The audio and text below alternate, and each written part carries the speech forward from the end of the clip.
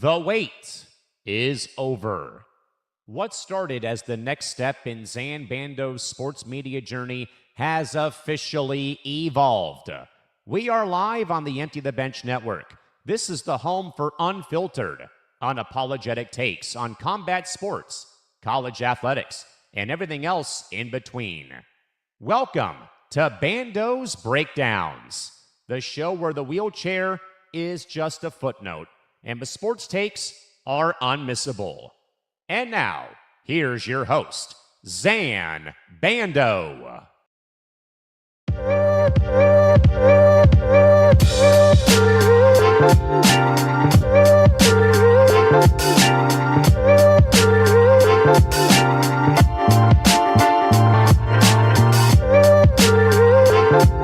Well, welcome back, everyone. This is the Bando's Breakdown, episode 104. My name is Zain Bando. Thank you so much for joining me on this Thursday afternoon tomorrow. So what we're going to journey phase out. Hope you all are doing phenomenal on this fine Thursday. It's Thursday, August 27th, 2026. We're very close to the start of September and up to the start of the NFL season. And of course, the start of college football season as well, which officially kicks off today if you're a degenerate, and really kicks off on Saturday, of course, with a lot of marquee action across the country. But nonetheless, though, it's great to hear from you guys today. It's great to be able to converse with you guys today on a huge episode for the show. Again, the final episode in the month of August. A few quick reminders before we get started with today's stream. Without further ado, please be sure to like, follow, and subscribe to the Empty the Bench Podcast Network. To do so, please go to youtube.com/EDB Network. We're slowly but surely approaching the 4,000 watch hour goal. So keep watching, keep streaming, keep liking, keep sharing, all that stuff. And what I mean by streaming is keep watching our live streams when they happen. That way you guys can get accustomed to the cadence of all the different shows. You can follow the show on social media at Bando's Breakdown. And of course, I would be remiss if I didn't mention as well, you can also check out the full playlist of every single episode of Bando's Breakdowns, as well as every episode of Zain Zinger Part 2. We will be back this Sunday with another edition of Zain Zinger. Pretty sure we're up to about 55-ish episodes of that streaming series unofficially. So shout out to all you guys who tune into that every Sunday. I recap what happened on Saturdays. That's going to be continuous, and those are going to be an hour moving forward, as Will Charlton will be joining me beginning with the college football season. Likely week 1. There's a chance he might join week 0, but if not, week 1 will be the target for those hour-long streams. We tried an hour last week, and we fitted a lot in, rather, so we're going to do the same once again this week as well. And of course, my name is Zain Bando. I'm a sports journalist and an ETB Network co-host. You can find my work several places, including MMA Knockout on Sports Illustrated, Field Level Media, Ohio State on Sports Illustrated, as well as the Sporting News and the soon-to-be brand new website, which will be everything me. It'll be a place where you can pitch me. It'll be where some independent work will go as well. We may try some different things with it in terms of like a newsletter and that sort of thing, just because I know where the media industry is headed in that regard. So we're going to try something new this fall. It's probably about 7 to 8 or so weeks away from a full launch. So excited to talk about that more. It's going to be separate from anything I do currently, but just figured I would have another medium where if you guys just want me and me only, you can get that for sure. So excited to get into that more as the time comes, but nonetheless, let's get into the show now if we can. What we're going to be discussing today, beginning with Zain's overview, as always, a lot to get to in today's episode. College football, both in just the week 0 realm as well as the Big Ten realm as well. It's all very interesting stuff on both fronts because there's going to be more to talk about with the Big Ten, obviously, with USC being the only team playing this week from the Big Ten. The rest of it is other out-of-conference action. So figured we would go through all of that as well. Excited to get into that a little bit more. We'll get into UFC Shanghai this Saturday, which is an early start time as well, and a pretty good card. We'll get into Dana White Contender Series. There's more action there as well. We'll talk about the Bears. We will talk about some other things. I think we have a story related to sports media. We've got a boxing story in today as well. So a lot to get into. Let's start, though, with week 0 in college football. It's a pretty big start to the season, obviously. Week 0, of course, is a sacred pastime.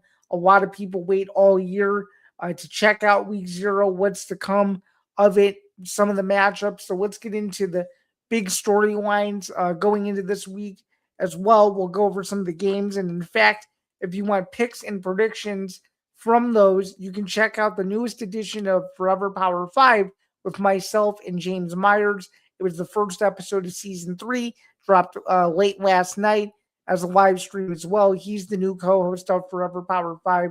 Shout out to James for joining the network, and it should be a fun year. Very much looking forward to seeing what's going on with that show, how that show is going to change. It's now a 2-person show, so figured we would go into that a little bit more, and we do go into all those games on that stream. So check it out if you guys haven't done so already. It's a really fun time. I enjoyed it as well, and I hope you guys enjoy it too. So let's get into week 0 of college football, though. I don't want to waste any more time. According to CBS Sports' Cody Nagel, he reviewed every week 0 game on the schedule. He ranked North Carolina and TCU, of course, as number 1, which makes a lot of sense given the storylines that are going into it. This is a Josh Hooverless TCU team taking on a revamped Bill Belichick-led North Carolina team that's had a tumultuous offseason. As it states, UNC arrives in Dublin with plenty of noise surrounding the program from Michael Lombardi's paid administrative leave following a pending HR investigation to defensive coordinator Steve Belichick's medical leave. And if you've heard Steve Belichick's name before, that's because he, of course, is Bill Belichick's son. TCU dealt with some turbulence of its own, dismissing projected starting safety Jacob Fields last week after an alleged altercation with a teammate, which there's a bit more to the story than that. But Harvard transfer quarterback Jaden Craig, who drew interest from NFL scouts last summer, gets his shot to show what he can do at TCU. That's solid.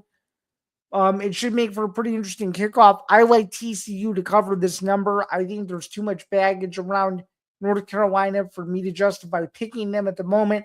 I just think there's too many question marks surrounding Bill Belichick, that whole regime, who North Carolina returns, who they're bringing in. I just think there's too many question marks at most. The North Carolina schedule also is very difficult. This is not an easy game. TCU plays in a very, very challenging Big 12 this season, so I really like TCU to get a huge non-conference win in Dublin in a de facto neutral site game, if you will. It should be very exciting to see how all of this transpires in Dublin. That's the first game of the day. That's noon Eastern on ESPN in the standalone noon Eastern window. The only game that will be on Saturday as well. So stay tuned for much more on this to come.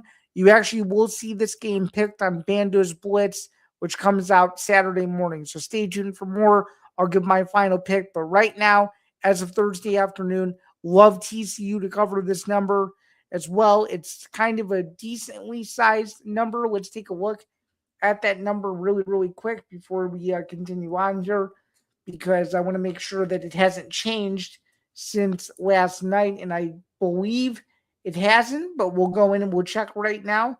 According to ESPN, the number has not changed. TCU minus 9.5 with the over-under at 46.5. So we like the number where it is. We will take TCU with that number if we were to bet the game, and there you go. So let's move on now to more rankings from CBS Sports regarding all these games. NC State versus Virginia is the number 2 game of the week, according to CBS Sports. This game was supposed to be in Brazil, but the game will be taking place stateside at Virginia, 3:30 Eastern, ESPN on Saturday. Huge, huge game for both sides. Virginia, obviously a huge, huge turnaround under Tony Elliott a year ago. Virginia coming off of an 11-win season in a huge breakthrough. Is it too good to be true? That remains to be seen. I really don't love this game either way. If I were to pick a side, though, I'm pretty sure, if I'm not mistaken, I like NC State, but I could see Virginia winning this game as well. Then we get into the weeds with the number 3 game on the CBS Sports list, Jacksonville State, North Dakota State. I really like Jacksonville State here just because they played well the last couple of years in games they shouldn't. I go back to that game. I understand it was 5-6 years ago now against Florida State where they won on that Hail Mary. It's not the same magic as that, but I do think sometimes these early season games are good for some of these teams as well. So who knows? As CBS Sports indicates, though, which is very interesting, the Bison entered this season, meaning North Dakota State, entered the season tied for the 8th best odds among group of 6 teams at plus 1,500 to make the college football playoff. I don't know if I would go that far, as I've already revealed my final 4, and my final 4 for the college football playoff, in fact, is very cut and dry. And in fact, in case you know me well, you know I have 2 Big Ten teams in the final 4. Those are Oregon and Ohio State. So even if a group of 5, group of 6 team, whatever you want to call it, makes the field, I don't think they'll be going all that far. So there's that as well. Nonetheless, though, Jacksonville State, meanwhile, gets an opportunity to spoil the party. The Gamecocks made the jump from FCS 4 years ago, and obviously this could make North Dakota State's FBS debut, as CBS Sports puts it, a little bit more complicated. And what my co-host James Myers called the best game in Week 0 is a nightcap game between Memphis and the UNLV Running Rebels. And as it says here, a pretty good way to wind down the first Saturday of the season. Memphis and UNLV are 2 more group of 6 teams with legitimate college football playoff aspirations. Jackson Arnold is battling Alex Orji for the starting job at UNLV. We don't know who the starting quarterback is going to be. Memphis is a new coach in Charles Huff. He's had previous stops at Marshall in southern Mississippi, so a lot of question marks there. Moving right along, though, Hawaii and Stanford, 7 p.m. Eastern start on the ACC network. Stanford is the host there. Obviously, the game was better when it was played in Honolulu the last 2 meetings, but would set up for a late summer trip to Palo Alto. Hawaii opened last season with a walk-off field goal to beat Stanford for the first time, which I did stay up to watch that game as well, with Micah Elijah throwing 2 touchdown passes to his Mountain West freshman, or to jumpstart his Mountain West freshman of the year campaign. He enters 2026 as one of the best group of 6 quarterbacks in the nation. And then looking over the other side, Tavita Pritchard. Stanford hasn't had a winning season since 2018, which remains difficult to believe, considering the Cardinals were the 4th winningest program in the country from 2010 to 16 under Jim Harbaugh and David Shaw. We shall see how Tavita Pritchard does as the Cardinals' new head coach. All right, moving down the list and getting towards the end of this thing, New Mexico and Florida State, one of the biggest hot seats in college football. It's an obvious one. Mike Norvell for the Seminoles. This shouldn't be much of a test for Florida State. The Seminoles don't have much time to figure things out either, as number 19 SMU and Alabama are up next after this game, as they are a 30.5-point favorite. And then looking down in the barrel at the bottom of this now, we skipped over a game to get to this one. San Jose State versus USC. Big spot here for USC, the only ranked team playing during this slate. USC, a 38.5-point favorite at FanDuel. What are they according to DraftKings? Let's take a quick gander over this here. USC is favored by 38.5, so not far off from, actually, it's identical to what FanDuel has them at too. So that also makes it easier. Jaden Mayava, one of the most experienced quarterbacks in the nation, and I can tell you, because I asked him a question during his Big Ten Media Day scrum, I can tell you he is fired up to return this year to Hollywood. He knows what the schedule brings for USC, and he's very, very excited to see what this team can do, given that they do have playoff aspirations. They should be able to trounce San Jose State. So that's a little bit of a flavor that you will see in week 0 this weekend. Speaking of predictions, though, let's go over and talk about some Big Ten football. CBS Sports did put out an article as of recently, bold predictions across the Big Ten. Let's review some of these and see if I agree or disagree with what the analysts have to say regarding not just some of these predictions, but also order of finish. So let's take a look here as well. This is the annual piece from Tom Fornelli where he gets together with his co-workers, if you will, and they put together this beast of an article. So a bunch of the overrated teams that they have on this list, which are very interesting. They've got Iowa on here, which is interesting. They've got Michigan on here, which I could easily see. USC is on here too, because you don't know if Lincoln Riley is going to fold in November or not. Penn State, potentially too many question marks with a new team. Most underrated team, Penn State does kind of fall into this category because, again, you don't know. Maryland as well. Washington is a sleeper as well. UCLA, they could see a big turnaround. Minnesota, which I don't know if I fully agree with. Minnesota really doesn't win the signature games unless you want to count a couple years ago when it beat Illinois. Some bold predictions. Let's take a look at some of these here, which I love. This one from Richard Johnson. He says, USC and Ohio State deliver on the promise of the Big Ten experiment that blew the sport up, which was a conference that spanned from sea to shining sea with a second strong team on the West Coast, besides Oregon giving the Midwestern incumbents a run for their money in the conference and the CFP race. Brad Crawford, preseason number 1 Ohio State, enters the CFP as a number 8 seed with 3 losses coming to Texas, Indiana, and Oregon, which, by the way, I've seen a lot of people say that if Ohio State loses 3 games, and these are the exact 3 losses because of, the quality of their schedule, that they could still get in. That's not out of the realm of possibility, but obviously they haven't even played a game yet. They opened the year with Ball State, which they should win by 40, but nonetheless, who knows? All right, let's take a look at the order of finishes. I'm a little biased. I like Tom Fornelli's order of finish a lot. He's got Illinois coming in at number 8, just behind Washington. His top 5, Penn State, USC, Indiana, Oregon, Ohio State. Chip Patterson's got Indiana. Not sure if I love it. Brandon Marcello's got Oregon. I really like that. John Talty has Ohio State winning the conference, and Richard Johnson's got Oregon. Not a lot of Indiana believers. Some of Indiana as far down as number 3. We'll see what happens. But there seems to be a general consensus. Well, I don't love this. I don't love this at all. Let's take a look at who has this here.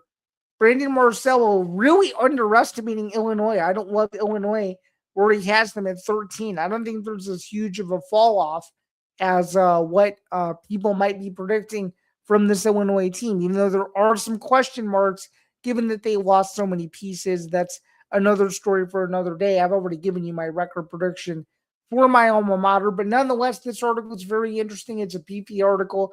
Figured we'd go through some of those in due course, obviously. Let's move over now from college football to combat sports.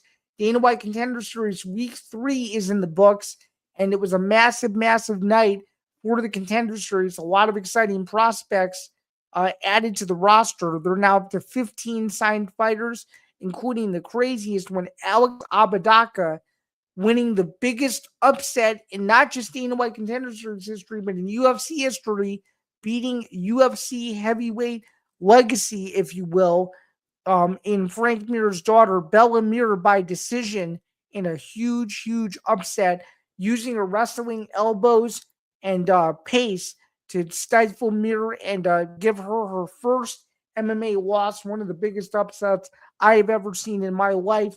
Dana White openly admitted that he was biased going into this fight. He had no idea what to think of Alex Abadaka going in and doing what she did, but overall, he was very impressed to see that she was able to just block out all the noise, fight her fight, and really do what she was supposed to do in order to win impressively at the Apex. Let's take a look at some of the other contract winners as well, if we can. There are 337 all-time contracts handed out since the show's inception a decade ago. Let's take a look at who else was signed on this as well. There was nobody that Dana didn't sign, but he loves this class. Nick Alante at middleweight, Ronald Humphrey, who I think Dana was the most impressed with outside of Alex Apodaca. Sean Clancy Jr., which if you know and you're in the MMA sphere and you like regional MMA, he's been a name that's been around for a while. Gurim Urel at heavyweight, dominant win for him, even though it was really short. And then obviously the aforementioned Apodaca. I went 3-2 on this card to get to 9-6 overall for the season thus far. We still have 7 more weeks to go. And you're going to get some rumblings here later in the season to see what might happen. You may see some returnees from the first couple weeks try to get their second shots at this thing, which is a relatively new occurrence in the last couple of years. Sometimes the UFC, if you are healthy, they will give a fighter a second chance, during the season to see if they still have it, if they can still make it to the UFC. So it isn't as one-shot heavy as it was in previous years, but it still is a very, very good product. Stay tuned for week number 4 next Tuesday, once again, same time, 7 p.m. Eastern as well. It's, to me, one of the best shows on TV. Combat sports or not, absolute pleasure to watch the next generation of MMA talent compete in what went from being a very, what do you want to call it? Intimate setting to one of the settings to where, you have fans in the building now. There's about 1,000 people in the building. So it's really cool to see. And I'm loving the product as it is at the moment. And it's just a phenomenal place to be able to watch fights. I went to the old version of the Apex as well. So much to be excited about. So much more to look forward to as we get into week 4 and beyond, beginning next week as well. Moving right along now to talk about this weekend's fights, UFC Shanghai. This weekend, the annual stop in Shanghai, China. It's late August, so you know what that means. It's become a tradition at this point. Let's take a look at the card. It's a 3 a.m. Eastern start for the prelims, so an early wake up for those of us in the United States of America. It will still be on Paramount Plus. It will still be time coded that if you miss any of the event, you can watch it. But let's focus on the main event of the evening. Huge spot in the bantamweight division, and it tops a 13-fight card as well. And I'm pretty sure, let's make sure, from Shanghai Indoor Stadium, Umar Nurmagomedov versus Song Yadong. Umar Nurmagomedov 20-1 versus Song Yadong at 23-9-1 as well. Let's take a look at Umar Nurmagomedov's resume. And just a spoiler alert, I am picking him to win this fight. He is 8-1 in the UFC. He's won 2 in a row since his loss to Merab Dvalishvili, which was last January. Those 2 wins have been to Mario Batista and, of course, former UFC champion Davison Figueiredo as well. That was by unanimous decision back in January. Batista was also by decision.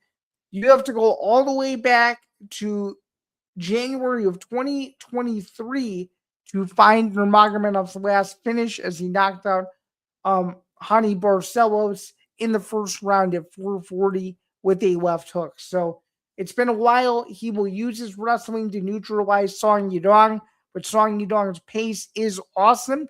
If Song Yadong keeps this thing on the feet, this fight is very interesting. Let's take a look at Song Yadong as well. 23-9 overall, 23-9-1 to be exact in MMA, 12-4 in the UFC. He has split his last 4 fights. His last win was against fellow common opponent Davison Figueiredo. That was back in May. A pretty nice win for Song Yadong. And his other win was against former champion Henry Cejudo, as anticlimactic as that may have seemed. But nonetheless, we really do like Nurmagomedov by decision. I do think his wrestling will just be too much for Yadong to handle. And I think it's one of those fights that, it's one of those fights where you can chalk it down as a pretty easy fight to pick.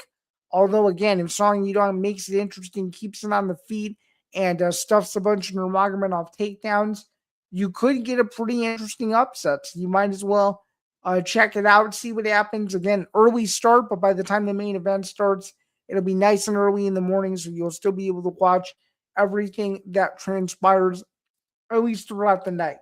All right, let's go into a brief UFC Sacramento recap. We've already kind of recapped this card, but just wanted to give you the numbers and the particulars. We went 8-5 on this card. We did lose the main event of the evening, which obviously was Anthony Hernandez versus RoboCop. We took Hernandez. Obviously, RoboCop won this fight.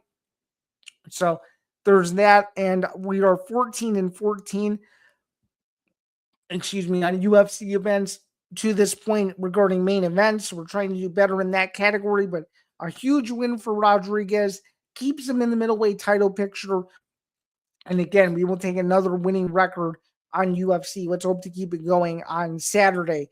Shifting over now to some boxing, we've got Chantelle Cameron versus Mikaela Mayer, or obviously, of course, the inverse of that, because Mayer leads. But nonetheless, though, it's MVPW as well. Let's take a look at the card itself. I'm really excited for this card because it's a daytime card. So right after you watch UFC, you can hang out and watch MVPW as well. And it's part of a stacked day of boxing. It's a US-UK theme. So if you like that sort of thing and want to take all the bragging rights and root for all the Americans, you sure can. And we've got Mikaela Mayer coming into this fight 22-2 with 5 knockouts versus Chantelle Cameron coming into this fight 22-1 with 8 knockouts. Number 7 versus number 5, pound for pound. I like Mikaela Mayer to get it done. I just think his range, or her range rather, in her boxing would just be a little bit too much for Cameron to defend. I think Cameron will have to get an early stoppage to win this fight as well. And I do think it will live up to the hype, but I just think that Mayer's a little bit stronger. Once again, 22-2 with 5 KOs versus 22-1 with 8 KOs. It's a 10-round super welterweight bout. Mikaela Mayer defending her WBA and WBC titles. How do you watch this card? Well, it is live from the United Kingdom at BP Pulse Live. In Birmingham, you can watch the fights in the United States on ESPN Plus, where you can watch the fights in the UK on Sky Sports. The main card begins at 2 p.m. Eastern, and the undercard begins at noon Eastern for those of us in the United States. All right, rounding out the show, one thing that I saw, the NFL wants to keep the Bears in Chicago, which is phenomenal. Roger Goodell, there's been reports surfacing that he wants to keep the Bears in Chicago, and I just want to give my 2 cents on this. The Bears have to stay in Chicago, and I'm going to explain why. It's not like the Jets or the Giants, being East Rutherford. I really don't believe that. I thought that that's what it was, and I thought I'd be okay with it, but now I'm realizing that I'm not. I'm not, because the Bears to me have always been a football team in a city that's rich in tradition, which I agree with. I think them being taken out of what their identity already is regarding the Bears is a really bad idea.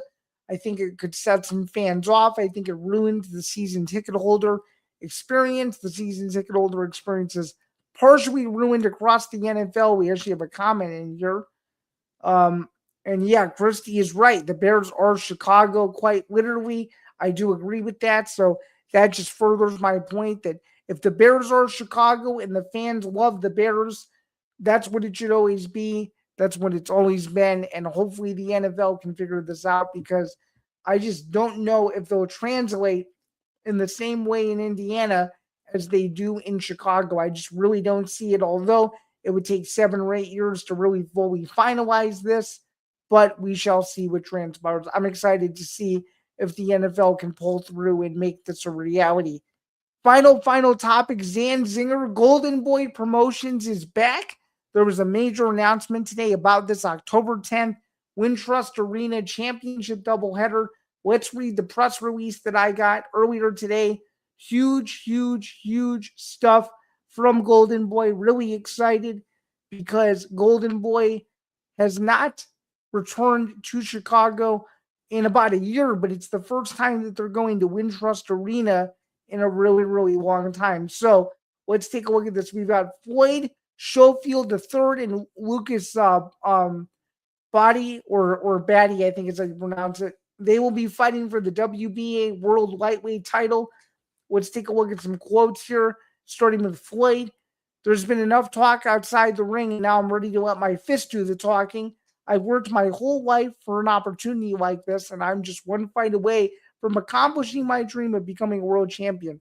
I know Lucas is coming to fight and will bring his best, but I'm prepared for whatever he brings. On October 10th, it's time to settle everything inside the ring and show the world that I belong at the top of the lightweight division. I'm coming to put on a show and leave Chicago a world champion. Lucas said, I've been waiting to fight for a world title since the first time I wasted a pair of gloves. I'm extremely appreciative of this opportunity and can't wait for Saturday, October 10th in Chicago. I'm so excited for this. It's part of the DAZN Saturday night fight night series. I am doing all I can to be there. I'm hoping to be there in some capacity, whether as a media member or as obviously a fan. So we shall see what transpires there. Very excited to talk about it all. But let's move over here and take care of another comment. I hope the Bears stay in Chicago, coming from someone who lost his NFL team in the San Diego Chargers to LA. Shout out to you, Callan, for mentioning that as well. And then this, according to Ghost, he goes, sometimes I draw a little face on my hand and let my fist do the talking. I call him Gary the Glove, and he's dope. That Ghost is actually quite funny. Keep commenting those jokes. You can consider that one that I laughed at. So I appreciate you for chiming in. But nonetheless, though, that will do it for another edition of Bando's Breakdowns. Oh, wait, we have another comment in here. Is DAZN worth the price? I might need to purchase it for the sake of local TV for the Clippers and the Ducks. Yes, it is absolutely worth the price. You get everything and more in terms of sports, regarding content, and regarding if you know a few workarounds, you might be able to get more depending on what package you get. But certainly for someone who's a hardcore fight fan like myself, the DAZN Ultimate package is the way to go. Another comment from Ghost. I got that covered, Bando. Chuckle, going to be a great day. Yeah, absolutely. Hope it is a good rest of your day as well, Ghost, too. Thanks again for tuning in. I really appreciate it. But yeah, that'll finally do it, though, for Bando's Breakdowns. Before we get out of here, though, I wanted to go through a few quick programming notes if we could. For a programming note next week, Bando's Breakdowns episode 105 will be live on Friday, September 4th, 3 Eastern, noon Pacific. It's our back to football week over here at the network, so it made sense for me to still preview week 1. I will be at Illinois UAB the night before. Very much looking forward to it. We'll talk about that game, what Brett Bielema said afterward, as well as what the players said, and so much more. So stay tuned for that. Friday, September 4th, episode 105. You won't want to miss it. And then obviously Zan Zinger will be back this Sunday. You can catch Sunday's episode and or any Monday episode or replay on X and YouTube. More details to come there about that as well. Before we get out of here, I'd like to shout out a few notes. So without further ado, here we go. The Empty the Bench Podcast Network is pleased to announce that the network has surpassed 3,000 watch hours on YouTube, and we cannot thank you, the viewers, for your outstanding support in making this milestone possible. Thanks to viewers like you. In the coming days and in the next couple of weeks, we will be rolling out all the details about our super chats, super stickers, super thanks, channel membership tiers, perks, merch store, and so much more. We thank you again for your support of ETB network programming, and I would be remiss if I didn't plug this as well, as we're getting so close to football season. All right, ditch the traditional broadcast desk and fire up the grill.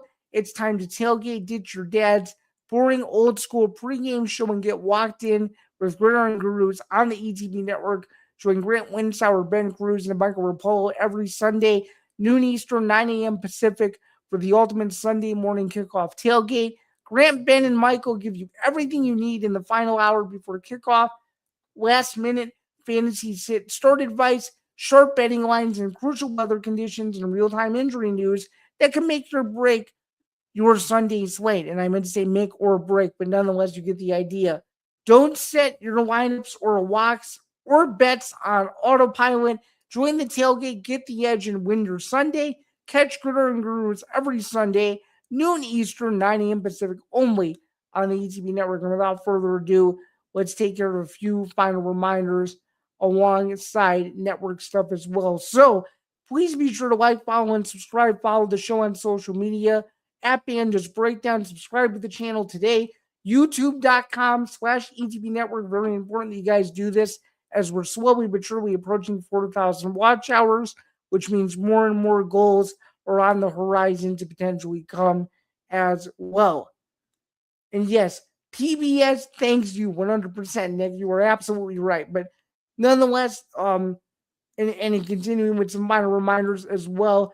And as I said at the beginning of the stream, you can check out the full playlist of Bando's Breakdowns or Zanzinger Part 2 today. I think that will do it for another edition of Bando's Breakdowns. This edition was for Thursday, August 27th, 2026. I thank you so much for tuning in once again. It's greatly, greatly appreciated. And I look forward to chatting with you guys next week. It's going to be a great time. Have a good weekend. Enjoy week 0 in college football and so much more. And stay tuned for all the programming that is to come. Until next time, we'll catch you guys later. Have a good one, everyone. Thanks.